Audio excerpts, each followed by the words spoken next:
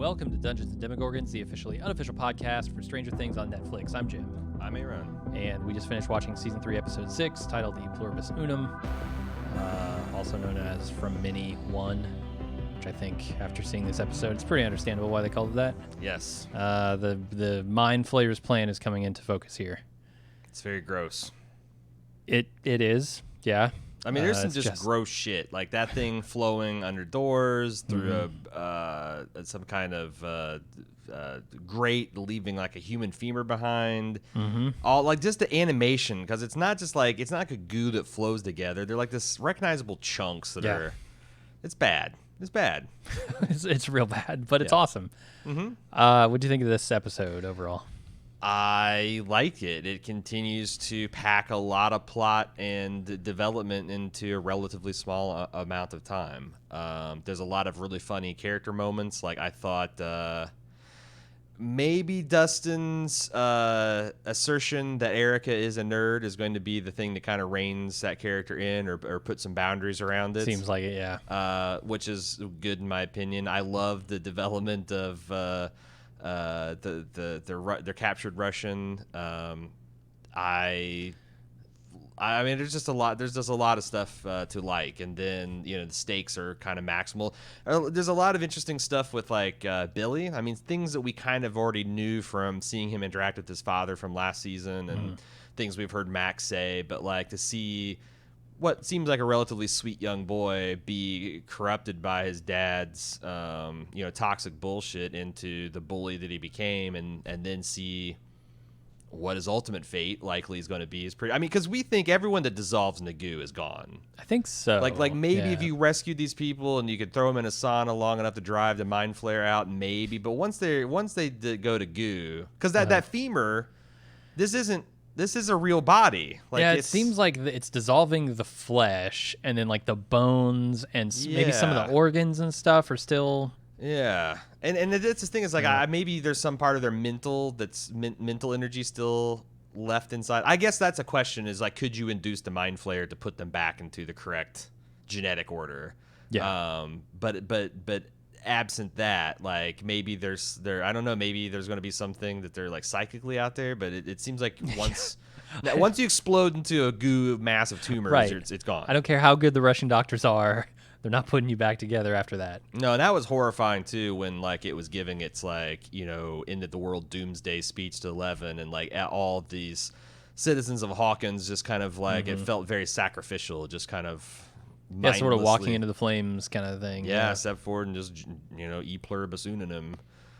Yeah, so some of the things you mentioned I felt were a little belabored this episode. This is maybe like one of the weaker ones, though there's still a lot to like. I felt like that nerd thing was pretty belabored at the beginning, where he lays out the case, and because they're in a very urgent situation, the clock's and running, they take the time to have an argument about whether or not Erica is a nerd.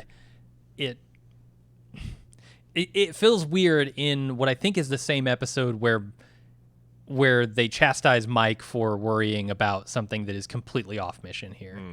And like, I don't know. I felt I was like looking at my watch while they were doing that. And then the Hopper plan was a little belabored as well. The Hopper plan? Yeah, where he's got this plan to let the Soviet scientists kind of, you didn't like that? Essentially like tantrum himself out until he realizes that, his best choice is to get him to stop to talk the bullshit. I thought that was pretty smart, and it just all felt like it was a little too, like it was belabored a little too much.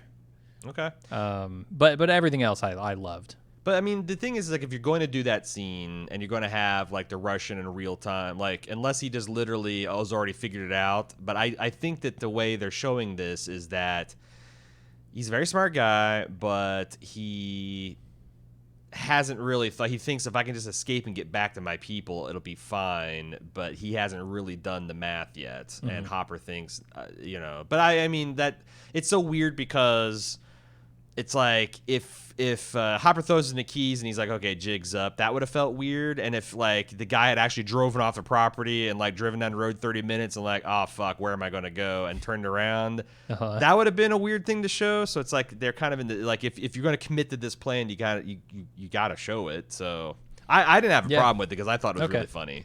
Yeah. I mean, there were definitely funny moments in there that I really loved. Hey, before we get further in the episode, I want to do a little cross promotion because Cecily and I are starting some coverage of a show coming out on Hulu, season 3 of Harlots. We have marathoned it in the off season, and we kind of fell in love. So we're going to start the first episode of season 3 premieres on Hulu Wednesday. We'll be talking about it on Bald Move Television this Friday, and we'll be doing that each subsequent week from here on out.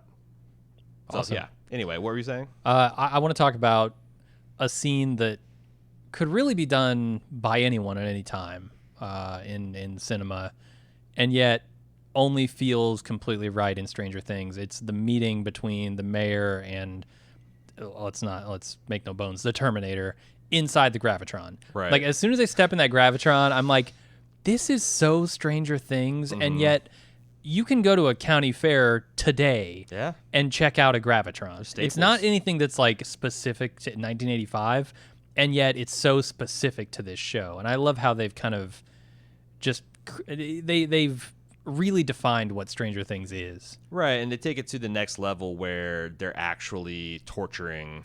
The Terminator actually tortures the mayor with the Graviton. I thought that was pretty cool too. Because I've always wondered how the guy in the middle there just doesn't yak all. I guess they get the guy with the least problematic inner ear, because does the middle platform actually spin? Yeah, I thought it was kind of like a. But it's very, since you're in the middle, carousel. It's not nearly as intense. Obviously, it's like you're not feeling pulled in any way, but you are being spun. And I feel like that would just make you sick. And where they are, like at the guardrail portion of it, like fuck, how the hell do you not yak all over the place? But I don't know. Terminator, maybe I buy he doesn't, but like I feel like Mayor Klein should have been like vomiting 5 gallons of Arizona iced tea between every sentence that the guy's choking out of him. Speaking of the Terminator guy, I really hope at some point that Jonathan gets to fight this guy. Oh yeah.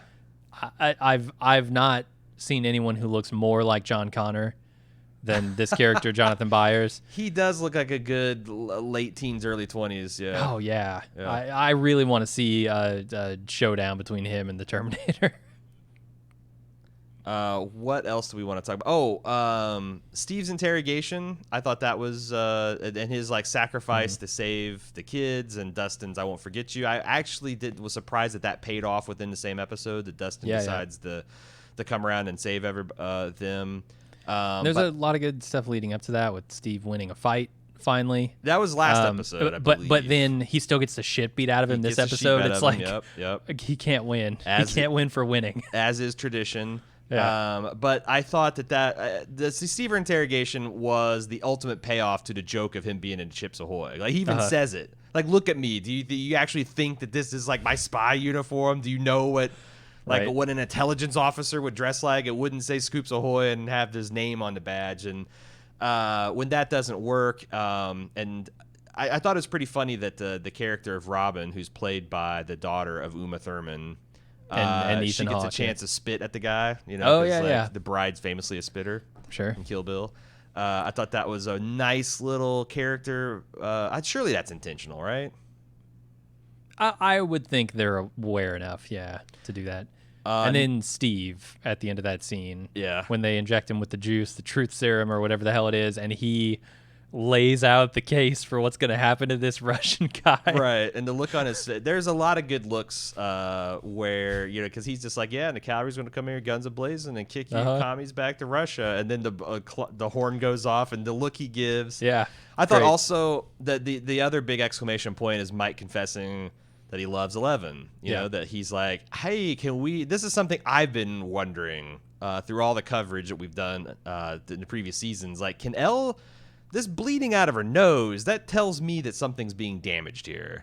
And the more impressively she's like psychically tracking 7 different people in the scene, and she's like constantly wiping blood, and you see there's like a mountain of bloody Kleenexes, and Mike's out there thinking, you guys are going to melt her fucking brain, and I want that to happen because I love her. I thought that was pretty cool. And how they bring up, this is a betrayal to spy on us, like as much as it's me trying to control Elle's powers, it's you trying to use them too, Max. So and then she realizes that that Billy's setting a trap, or the Mind Flayer's setting a trap with Billy, But there's another way that she can, rather than metaphysically visit his location, she can do like the tunnel through his memories thing that she did with her real mom last season.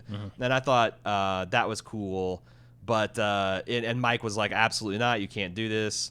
And the whole you got to trust me. And then they kind of both looked at Max. Like it's funny how like Max and Lucas are kind of like the prize fight judges. Is like Mike's always looking to Lucas as like, is this the thing I should do? And Eleven's looking to Max, so she doesn't know what the hell a normal human relationship. And Max kind of like, like you're asking me, like, how the hell does anyone have an opinion about whether your psychic girlfriend can use her nuclear mental warhead powers? I fucking love those moments. It's really great. There's one better moment though. Yeah? There's an even better, maybe the best moment of the entire season so far. Hit me. It's when the Russian scientist it says, oh, how much he loves Hopper's courage. Yes. And then he says he's like a fat Rambo. Yeah. And he goes, but even thin Rambo couldn't assault this fortress built by the finest Soviet minds and defended by our greatest warriors. Yeah, that cracked me up. Fat Rambo, so fucking cool. If I were David Harbour, I'd pay a tattoo artist to put that on my shoulder, Fat my Rambo, bicep, and get like someone to make like a fat version of Sly Stallone. Yeah, pretty fucking cool. Yeah. And then they have a Breakfast Club moment too, down in the with Steve and Robin. Yeah, they're tied. They're doing the Indiana Jones 3 tied back to back, trying to hop. There are so many references in this scene. Like, I just kept expecting Steve to say, "Oh, my old man and my scholarship," and like talking to Ali Cheedy in the fucking Breakfast Club. Sure. Like, we all got it tough, lady. Yeah. It's I don't know, the callbacks. Yeah, you're right. And Indiana Jones is in there. I kind of thought because they went all the way, like, your left, no, your other left. Like they were going. I thought it's like, are they going to catch us on fire? Like how far? Because you never know, because they've got literal like poor man's version of the Terminator walking around. So like maybe they will commit to this joke or reference equally as well. But they didn't. But I thought like the whole. Steve the Harrington, and how, he was an ass, but she's still, he's still Steve, he's still Steve, and him realizing that popularity is bullshit, and that stuff was all good character development. And it seems like you are right that they are the wheels of destiny are grinding and putting these two in the sorting hat and pairing them off. Oh yeah, for sure. This is how these things go. I've seen too many of these movies. The other thing I liked, the emphasis that so we know for sure that this is the Russians copying the Americans because they knew about Hawkins now. Like now that we've interrogated the Russian guy, that they knew about Hawkins because they knew this place was where the portal had already been previously open and the rift in interdimensional space hadn't healed yet. So they had the right technology, but I don't remember the lore from season 1 well enough was there something special about Hawkins like laying on a ley lie or something that like not it's that I uniquely remember weak? Because they didn't mention that, just mentioned that like it was the dimension had been pierced and it was still healing, so it was weaker.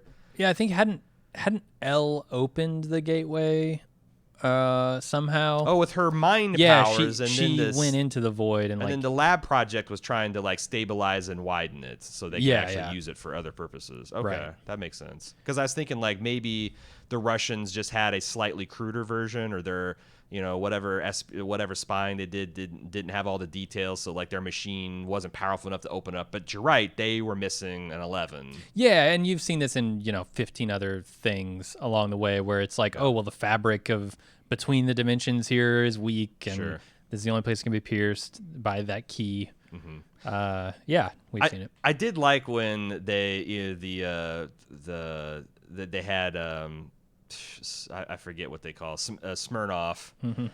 He was talking about the fat Rambo and the underground fortress and how impossible it is to break in. They smash cut to the Dustin and Erica, breaking into the Green Goo room, and that's good. That's good. What about Jim Hopper calling the hotline with his antique chariot? Like this is something that they established late last season. This doctor gave him, hey, if you ever need and he releases this message, and then Joyce starts up with her bullshit. I don't know. Yeah, I love the Joyce part of that. Did you? Like, Okay. I like the Hopper part, but I love the Joyce. Okay, Yeah. because I thought that's like This is so Joyce.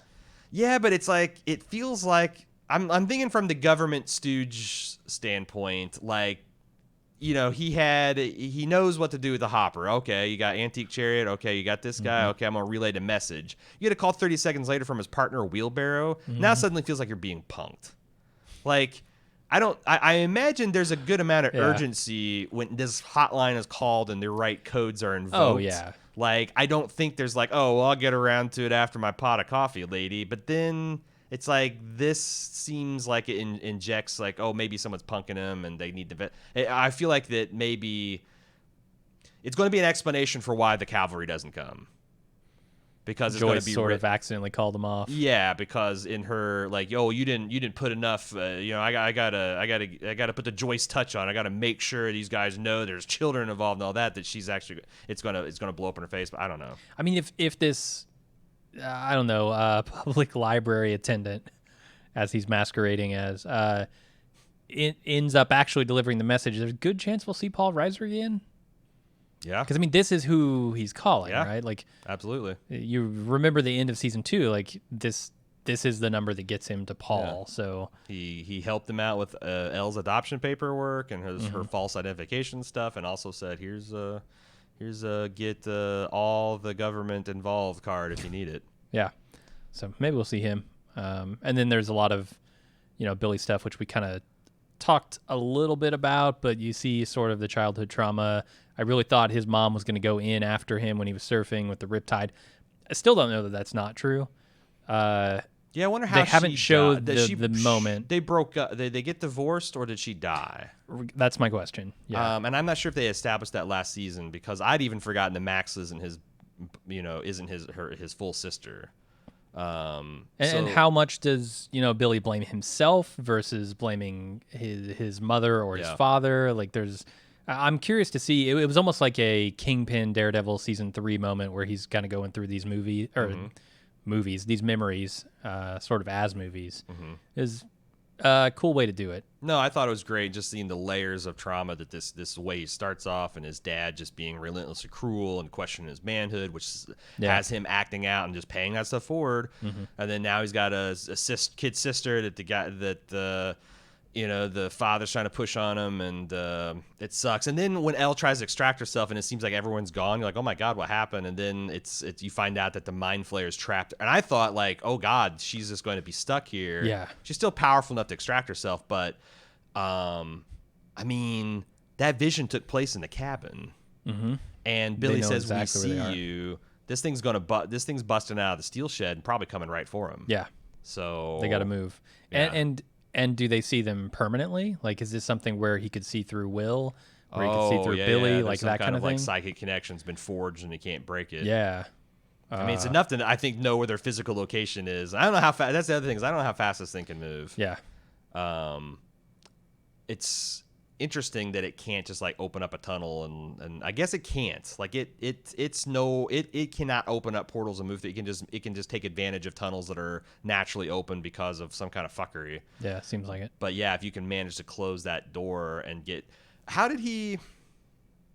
The other big question I have, other than what the hell he's doing with the chemicals, because I still don't have any. I don't. So I think the chemicals are what allows them to become part of him.